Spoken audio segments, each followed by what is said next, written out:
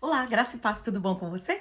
Mais um coração ensinável desta semana. Lembre-se, essa semana serão todos os dias, 6 p.m. aqui nos Estados Unidos. Eu estarei postando então. O tema é Amplie sua audição. E então eu estou fazendo com subtemas. O tema de ontem foi Por que Deus te escolheu? Se você ainda não viu este vídeo, eu convido você então, antes de ver esse segundo vídeo, você ir lá procurar então o porquê Deus te escolheu, né? Do Amplie Sua Audição e assisti-lo primeiro. Depois você vem e assiste então este segundo vídeo. É legal porque eles têm uma certa sequência. Então é importante você ver aquele primeiro, ok? Então vamos lá. O tema de hoje é mais fácil enxergar os de fora do que os de dentro. Não é mesmo? Então vem comigo. Eu estou falando tudo isso baseado na vida de Eli, né? Na história do sacerdote Eli. Então eu vou continuar, né? Pegando essa história e tirando para nós, mulheres, mães, né? Seres humanos, né? Homens e mulheres de Deus, muitos ensinamentos. Preste bastante atenção. No capítulo 1, no versículo 14, né, eu vou explicar um pouquinho antes para você, mas antes, né, de chegar a esse versículo 14, Ana era uma mulher estéril, esposa de Eucana, e ela ia sempre ao templo, ela orava a Deus, chorava, né? Senhor, eu quero ter um filho, me ajuda. E ela ia ali incessantemente. E numa dessas vezes que ela estava ali, ela estava de fato... eu acho que ela estava muito escandalosa, hein? E ela estava chorando copiosamente, talvez, né, gritando ali, desesperada. E aí Eli olha para ela e ele fala assim, capítulo 1 de 1 Samuel, versículo 14. Até quando estarás tu embriagada? Aparta de ti este vinho. Uou! Ele não fez uma pergunta. Será que você está embriagada? Não, ele afirmou, até quando você vai ficar embriagada? Para de tomar esse vinho. Queridos, provavelmente ele conhecia aquela mulher, né? Ele conhecia o Cana, o seu marido. Sabia que eram pessoas íntegras, que ela não tinha esse coração, que era uma mulher que possivelmente não fazia isso, não ia fazer isso. Mas Eli falou de algo que já estava no seu coração, sabe? Porque provavelmente era a luta que ele enfrentava dentro da casa dele. Muito provavelmente os filhos de Eli, aqueles, né, que a gente tem falado, eles já faziam coisas erradas. Provavelmente eles chegavam embriagados em casa, mesmo sendo sacerdotes.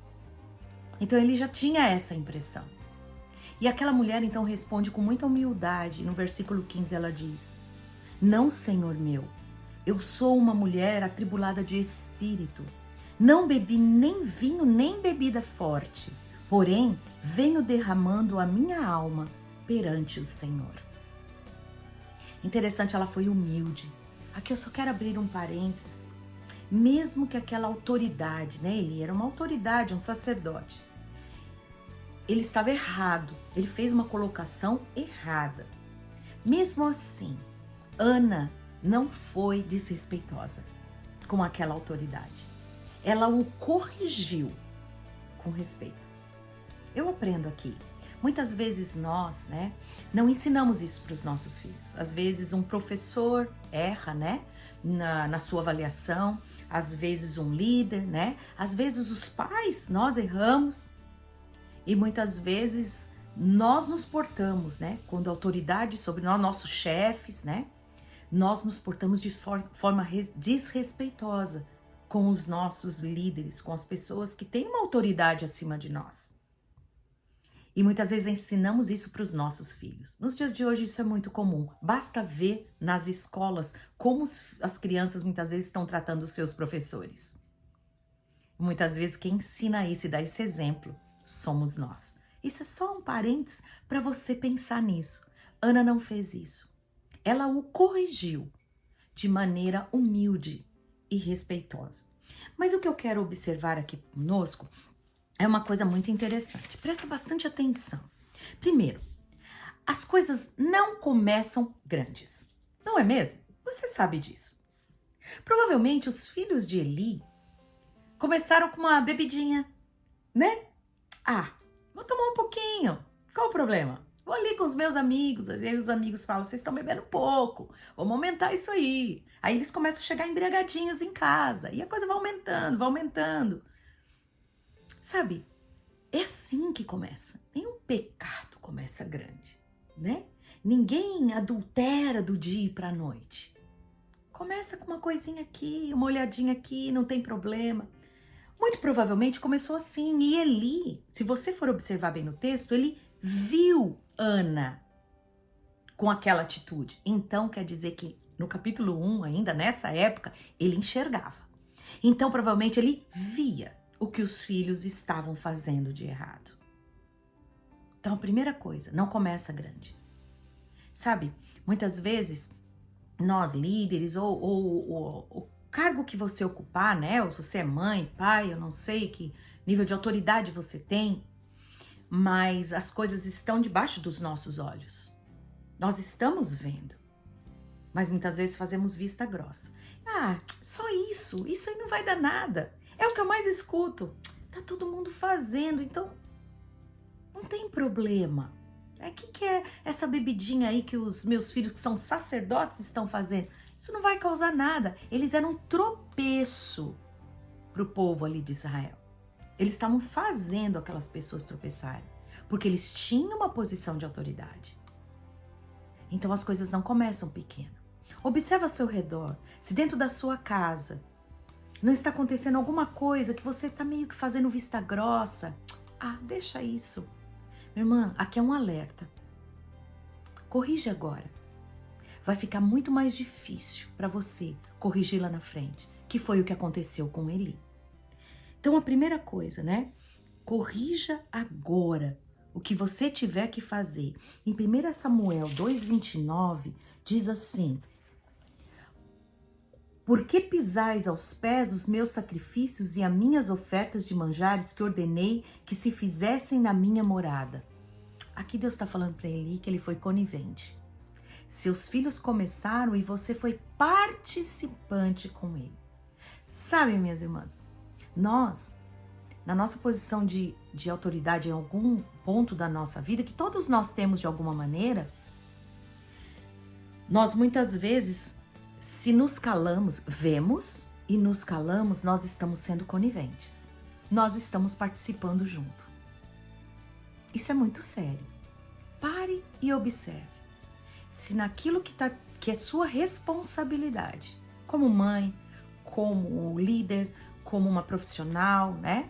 Se você dirige pessoas e você vê coisas erradas acontecendo e você finge que não vê, isso vai crescer como uma bola de neve. Muito cuidado. Segunda coisa, se não podar a tempo, elas vão crescer.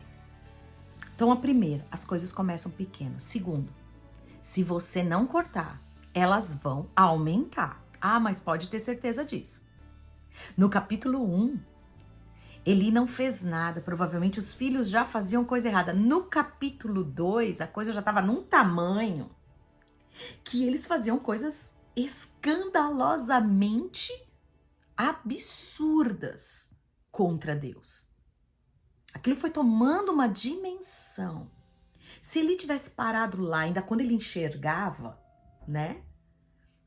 E já tivesse se posicionado, as coisas não tornariam esse tamanho. Mas elas crescem. Elas crescem. E nós precisamos reconhecer isso, dar nome e resolver isso. Ele aceitou passivamente. Ele aceitava passivamente os erros dos seus filhos. E eu acho muito sério, né, que Davi também passou por isso. Sabe que Davi, ele não teve coragem de confrontar os seus filhos e ele os perdeu. Por não ter coragem de confronto. Essa semana eu estava ouvindo aquela Rosana Alves, né? Doutora Rosana Alves, que é uma neurocientista, ela é até cristã. Eu gosto de ouvi-la. Aprendo muito com ela. E nesses dias eu estava ouvindo e ela disse uma coisa muito interessante. Ela falou assim: a minha geração, ela tem na faixa de uns 40 e poucos anos, né? Ela falou assim: a minha geração, dos 35 até uns 40 e tantos anos, é chamada hoje de geração líquida. Dentre muitas características, uma que ela disse assim, é a geração que não aceita frustração. Não pode ser frustrada. É aquela geração que se o marido fala do cabelo, já magoa. Se alguém fala alguma coisa, já se frustra, não sabe lidar com frustração. De maneira geral, né? Eu imagino essa pessoa liderando. Eu imagino essa pessoa educando filhos. Se ela não aceita frustração, o que ela faz com os filhos? Filhos que nunca serão frustrados. Não pode. Se você não aceita para você, como você vai educar seus filhos? Eu volto a dizer o que eu disse no outro vídeo. Eu estou inculcando. Cuidado com as suas enfermidades, porque você está passando elas e não está tratando. Confronto é necessário. Frustração faz parte da vida. É necessário. Não é gostoso, mas é necessário para nos fortalecer. Porque seu filhinho pode não ser frustradinho agora, mas a hora que não tiver debaixo das suas asinhas, ele vai ser frustrado no trabalho. Ele vai ser frustrado na vida, no casamento, ele vai se frustrar. E aí? Você não ensinou? A melhor escola da vida é a família, é a nossa casa. É a melhor escola. E Eli não entendeu isso e deixou passar. Então, tudo, se você não podar, cortar na hora certa, vai crescer. Tem coisas na minha vida, na sua vida, na nossa casa, na igreja, no nosso trabalho, que não precisariam tomar a dimensão que tomaram. Mas porque quando começou, nós não cortamos. E aí foi crescendo. Então, um alerta para mim e para você. E terceiro e último, muitas vezes, se não for feito isso, pode ser tarde demais. É muito duro eu falar isso, mas é a verdade. Foi o que aconteceu com ele ou não? Não só com ele. Veja a história de Davi. Para os seus filhos foi tarde demais. O que aconteceu depois? Meu Deus, que desintegração familiar. Porque o pai não confrontou, não puniu, não resolveu o problema na hora. Sabe, queridas, muitas vezes nós, por orgulho, né? Por acharmos que a nossa família não tem problema, é só a dos outros. Eli olhou e falou assim: você tá embriagada. Na minha casa não tem problema. O problema é você, né? E nem era um problema dela. Era um problema dele. Ele tinha esse problema dentro de casa. Dê nome. Minha irmã, não é vergonha nenhuma você dar nome pro pecado que está acontecendo ao seu redor. Com você mesmo, com a sua família. Resolva. Nós temos um Deus maravilhoso. Jesus diz na palavra que ele nos perdoa. Mas só se houver arrependimento, não justificativa. Se houver arrependimento. Se ele lá tivesse punido, feito os filhos, vocês se arrependam disso. Nós não vamos fazer isso. Então eu vou tirar vocês desse cargo. Porque sacerdote é uma coisa muito séria. Eu já disse, não, talvez não tivesse acontecido o que aconteceu. Mas eu te convido nesta noite, eu não sei que momento que você está ouvindo esse vídeo, mas eu te convido neste dia a meditar sobre isso. Pensar que as coisas não começam grande. Amplie os seus ouvidos, começa a ouvir mais, porque o Espírito Santo quer te falar. O Espírito Santo é o nosso conselheiro. Ele quer nos falar coisas que estão ao nosso redor e nós muitas vezes estamos fazendo vista grossa. Não estamos dando importância, mas o Espírito Santo vai falar: para, me escuta. Isso tá errado. Corta agora. Confessa. Chama a família, ora junto. Resolve esse problema do teu trabalho, resolve esse problema dos seus relacionamentos. Tempo não resolve nada, o que resolve chama-se arrependimento. Eu dar nome aos bois. Nome. Tem nome isso. Né? Dê nome. Reúna, ora, se humilha, vai pro pó. Graças a Deus, nós vivemos a época da graça de Deus. Deus é gracioso com aqueles que se arrependem dos seus pecados. Para Deus, você sabe que para Deus não existe medida de pecado, pequenininho ou grandão. O sangue dele cobre todo tipo, né? Para a gente tem dimensão, para Deus não. Talvez tenha a dimensão da consequência. Mas o pecado em si não, o sangue dele cobre todo. Quando nós nos arrependemos e confessamos. Então, meu desafio para mim e para você neste dia é que a gente não faça vista grossa, não olhe os outros. Primeiro, antes de olhar aquilo que está acontecendo na sua casa. Às vezes, aquilo que estamos falando para os outros está acontecendo mesmo na nossa casa. Olha ali, bota nome, resolva debaixo da orientação do Espírito Santo, na força do Espírito Santo. Nós temos um Deus todo-poderoso, um Deus de amor, que pode nos perdoar e nos dar força para nós confrontarmos aquilo que precisar ser confrontado. Em nome de Jesus, que essa palavra possa ter achado, guarida no seu coração. E não tema em se posicionar. Eu creio que vai ser uma grande bênção para a sua vida. Vamos orar? Pai, em nome de Jesus, te agradeço por este dia, por essa palavra, que podemos aprender, talvez uma palavra difícil para todas nós, mas muito necessária.